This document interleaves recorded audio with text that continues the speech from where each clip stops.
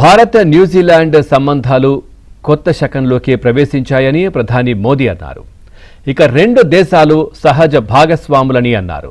ఇక free trade agreement FTA కోసం New Zealand ఏకమైన తీరు అద్భుతమంటూ ప్రధాని కొనియాడారు. ఆక్లాండ్లో జరిగిన ద్వైపాక్షిక చర్చల్లో న్యూజిలాండ్ ప్రధాని లక్సన్తో కలిసి మోదీ పాల్గొన్నారు.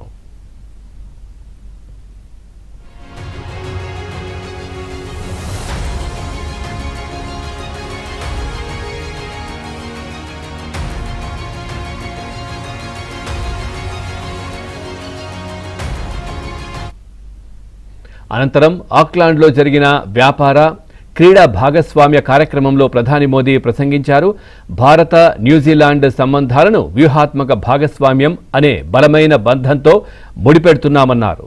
ఇక ఇది కేవలం ఒక దౌత్యపరమైన మైలురాయి మాత్రమే కాదని, ఇరు దేశాల ఉమ్మడి భవిష్యత్తుకు సంబంధించిన నూతన సంకల్పం కూడా అని మోదీ అభివర్ణించారు.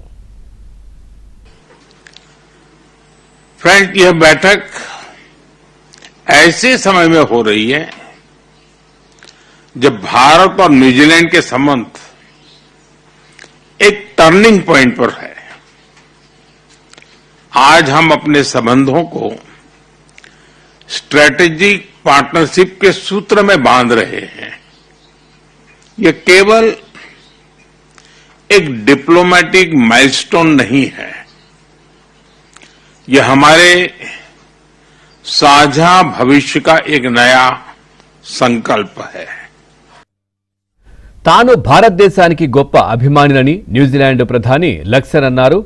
20 ఏళ్ల వయస్సులో తాను మొదటిసారి భారత్కు వెళ్లానన్నారు.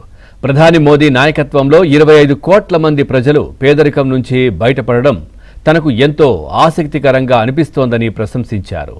అనేకసార్లు భారతదేశాన్ని సందర్శించిన వ్యక్తిగా ఇది తనకు ఎంతో స్ఫూర్తిదాయకంగా అనిపిస్తుందన్నారు. You know that I've been a great fan of India for a long period of time. I first went to India in my mid-20s, and it's because I worked for a company called Unilever, which of course owned Hindustan Lever, which was a top 10 company in India. And it's interesting to me that under Prime Minister Modi's leadership, he has lifted 250 million people out of poverty. There is now 440 million people in the middle class, about to be 750 million by the end of the decade, and it is an incredible transformation. As someone who has been to India many times, and to see the move from low income to middle income to high income, it is just so inspiring and so exciting to see the transformation that has taken place.